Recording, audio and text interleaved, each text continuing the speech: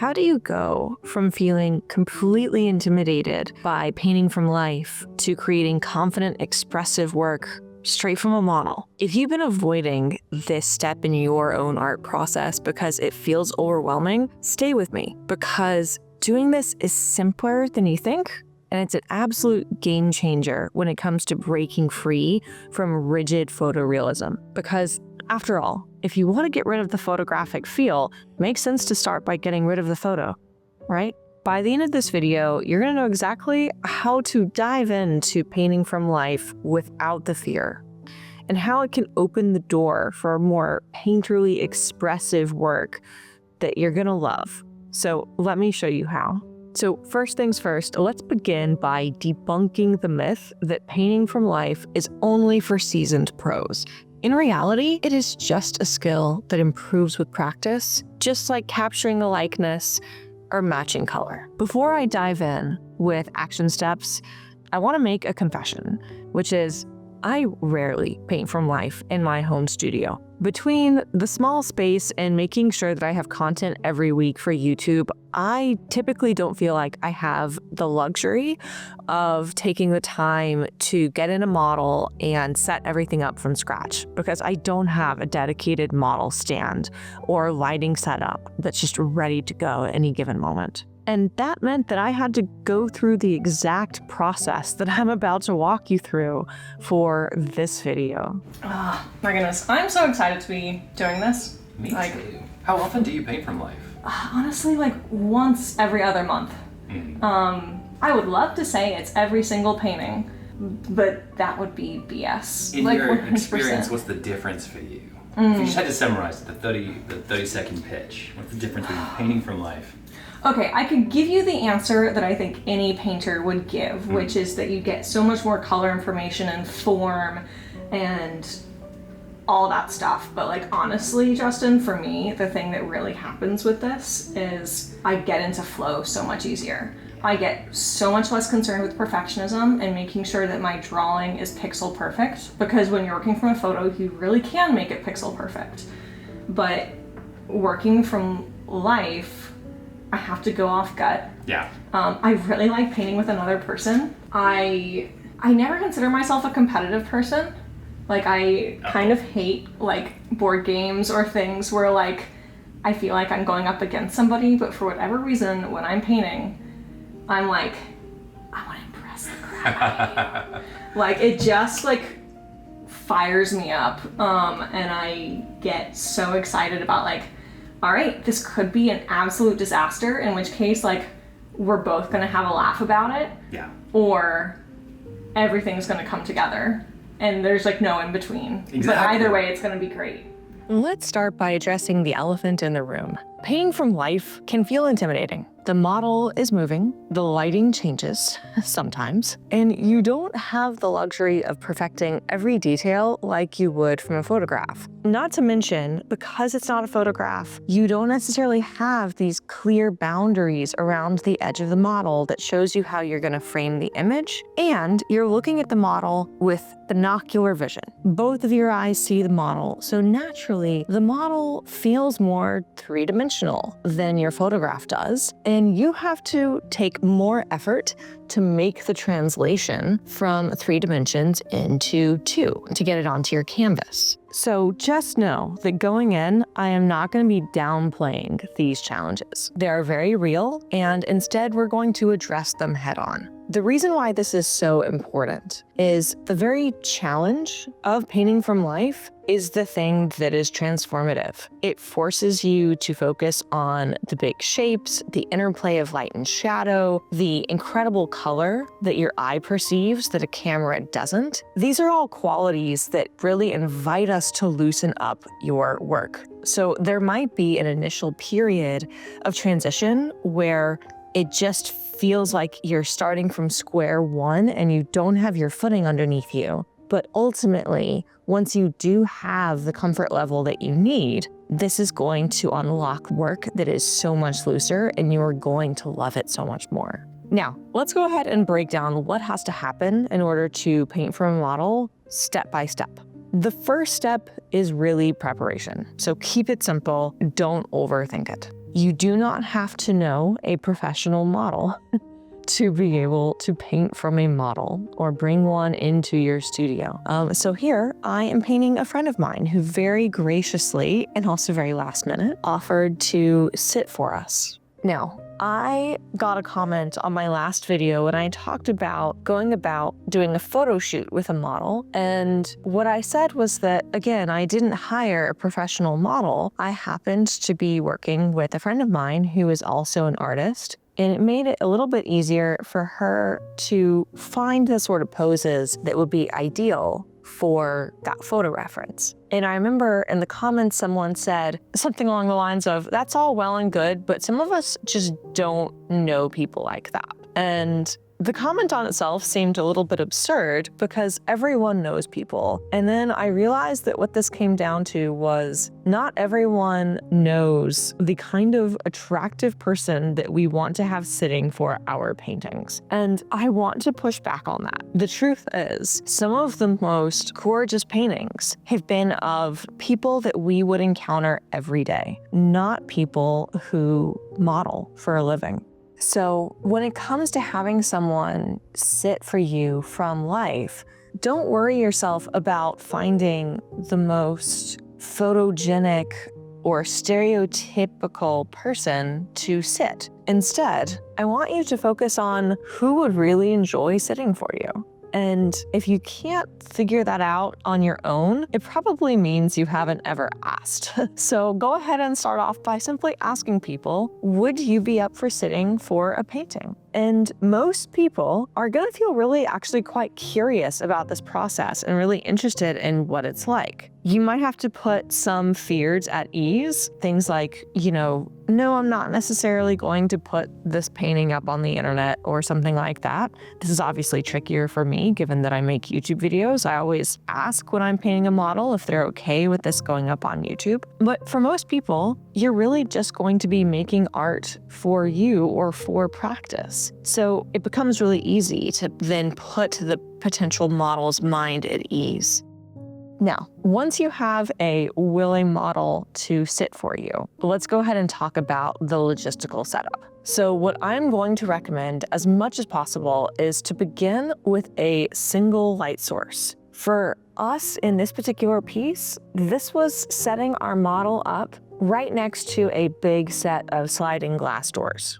So we had some light coming in just from the window that was coming onto the model. Now, the effect of this was north lighting. She wasn't technically facing a north-facing window, but it was so overcast that the light was pretty even throughout. If your light is a little bit brighter, you might actually find that you can get a stronger light and shadow pattern on the model, but just be aware that typically facing the model toward a north-facing window will give you more consistent, although softer lighting, whereas a east, west, or south window could potentially get you more stark light and shadow, but that light will probably be moving throughout your session. So if you don't want to worry about chasing the light or having the light be so much out of your control, really all you need is some kind of light that is near the model. This, in its simplest form, can literally just be from a lamp. Or you can get something like a $30 softbox off of Amazon. It can be a little bit bulky and take up space in your studio, but typically they're easy to set up and take down. And so it's just really not a big deal. And a softbox is great because you can have the model in just about any dark environment and nonetheless get a really good lighting setup. What I typically look for when setting a model up is getting a really nice 3/4 lighting on the model. So I typically like to have roughly 2/3 of the face in the light and about 1/3 in the shadows, and make it so that those shadows describe the features of the face as much as possible. So you have shadows in the eye sockets, or just under the nose, or down the bridge of the nose, just off to one side, or a shadow that comes under the cheekbone or describes the jawline. I prefer this to something where the entire face is in the light or in the shadow, or that light and shadow pattern just doesn't happen to coincide with the features of the face. And I'll be honest, if you have these two things ironed out, you have a willing model and you have set up your light source to have a clear light and shadow pattern, that is the bulk of the challenge taken away right there. Before we dive into actually painting the model though, we need to talk about the model's well-being and making sure the model can easily take breaks while still being able to get back into a pose. Now, one thing I will say that can make this quite a bit easier is to bring in another artist friend who is willing to paint with you, who has worked from life or helped set the pose for a model before. This makes a really substantial difference in terms of just lowering the intimidation factor. Another artist who is used to working from life can often weigh in on the lighting or the pose of the model, help to put the model at ease, and they also might have some tips for helping the model get into and out of pose successfully, so that you aren't having to adjust the pose constantly. So here's what we did for our model, Amanda. We simply took a roll of tape, and first things first, we asked Amanda to set a pose that we thought would be aesthetic and had that good light and shadow pattern. Once she was in that pose, the very first thing we did was to go ahead and get a piece of masking tape or painter's tape. In this case, I think we were using washi tape because it had a very visible pattern and a bright color. And we essentially played this game of, am I holding the tape where you are looking? And we would essentially put that tape on the window or on the wall wherever her gaze was focused.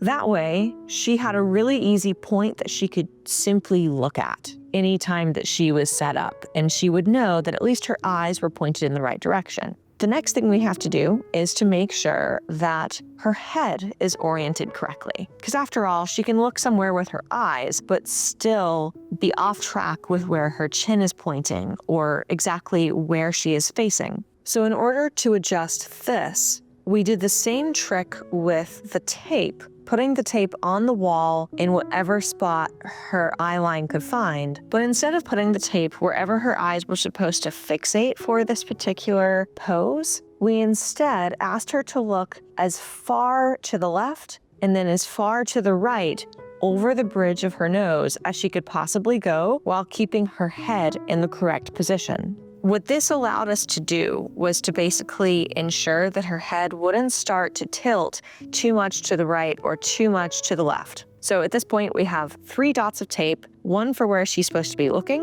one to the extreme left of her vision, basically as far over as she can see the tape without moving her head to the left, and then the exact same thing to the right. You can also do this having the model look down as well. So you can have the model look as far down as they can without lowering their chin to make sure their chin is lifted to the right place. And then the final thing you can do is to mark off where that model is sitting in the chair with some tape. So literally just running some tape along the edge of where her thigh might be resting on the chair, or where her forearm might be resting on the arm of the chair, or where her shoulders are sitting against the back of the chair. With just this simple 5-minute process to go ahead and mark off where the model is posed and where the model is looking with tape, it becomes really easy for the model to actually just find the pose again for herself. And then, if you and your friend who happen to be painting with you have slightly different perspectives, which naturally you should, between the 3 of you, it becomes really easy to find if the model has shifted slightly during the pose. Now that you have your model set up, let's go ahead and talk about the painting.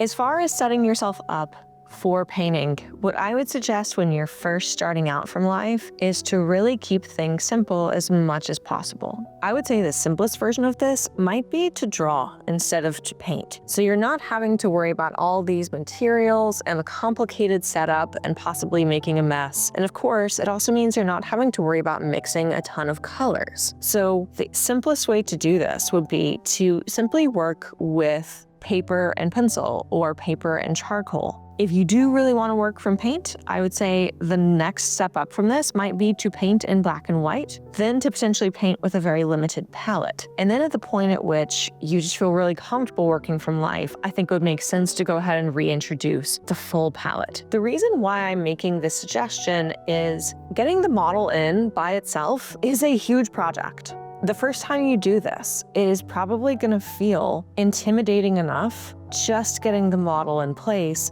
Last thing you want to do is to be worrying about judging. The last thing you want to do is get caught up worrying about juggling all of these different tools or all of these different colors. So the simpler and more pared down we can keep it, the more you can focus on the task at hand. And the first time you do this, the task at hand genuinely is just to prove to yourself that you can do this. I'll say this again because it's really important. The proof here isn't in the quality of the artwork that you make in this first session. What matters, what really reflects your progress in this area, is simply doing it the first time. So do not put pressure on yourself to make a great drawing or a great painting. That was definitely part of my focus here. We had a little bit of a challenging setup.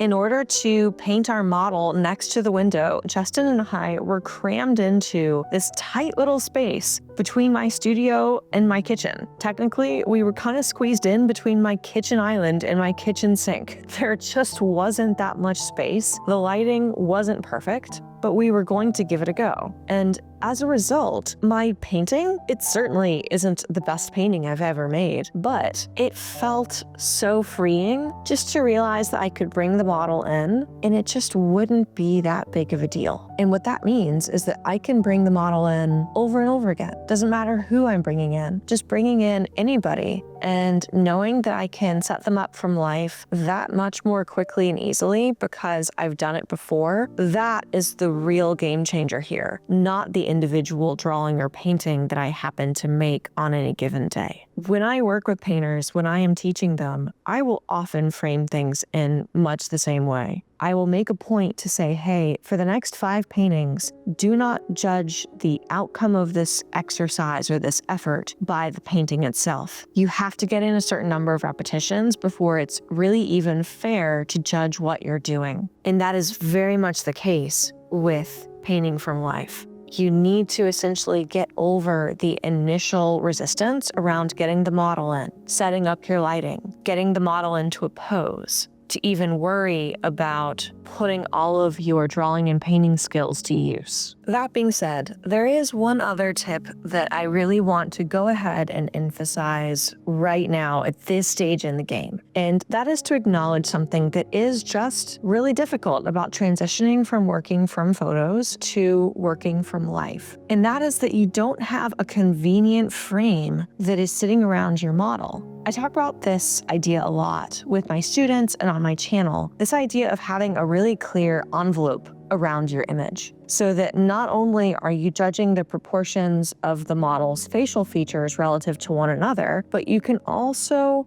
use the negative space around the model to your advantage. This is very common in sight size drawing and painting, this idea that we're not just trying to think of the interior shapes of the model, but we want to use the exterior shapes, the padding or space between the model and the edge of our canvas. And if we get those shapes right, we can guarantee that we're placing our subject correctly on the canvas itself. And it makes it so much easier to get a likeness or to get accurate looking anatomy. But when we're painting from life, we don't have a magic floating box around the model's head. So how do we figure out where to actually put our model's face on the canvas? To solve this problem, I will typically use one of 2 tools. The first is to simply whip out my phone and take a picture from my vantage point. So I raise the phone's camera to about the height of my eye so that I am looking at the model with my camera from the same perspective that I am looking at the model with my eyes. This is really important because typically when we hold up our phones to take a picture, we do not actually hold it at eye level. And we can go ahead and just zoom into the model, and we can actually, it's so easy now, you can use the settings on your phone to simply choose the aspect ratio of the image and make sure that it matches the aspect ratio of the canvas you're going to be working on or the piece of paper that you're using in your sketchbook. Then simply make sure your model's face is fitting nicely into that particular crop. And there you have it. You can both look at your model and you can see how your model is framed in, for instance, an 8x10 cropping. That way you can start to judge right away how far should the top of the model's head be to the top of the canvas, or how close to the right side of the canvas should the edge of the model's face be, etc. The slightly trickier way to do this is to use a viewfinder. I think that this is convenient, but it is not as foolproof as simply pulling up your phone to snap a quick picture. The reason is that it's easy for us to start to shift back and forth or move slightly, or simply just not hold the viewfinder up in the same place over and over. And so our framing of the model will actually change a little bit every time we try to hold this thing up. So I would say if you are worried about how to get the model from life onto the page or onto the canvas, I would actually start by assisting yourself with a picture just taken from your phone. Just make sure that you are only using this to place the preliminary block in on the canvas, and that afterward you stop relying on this picture and you actually just look at the model from life.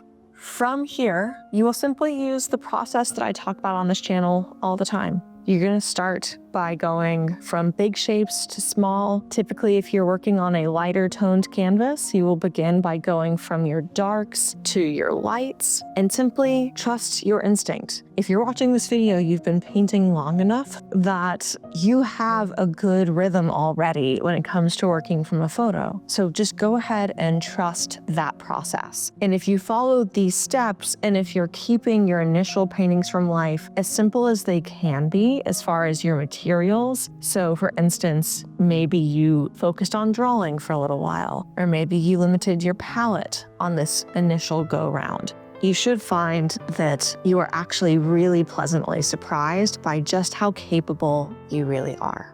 I know for me, my big takeaway from this really fun painting session with Justin was that I actually want to paint the model more often.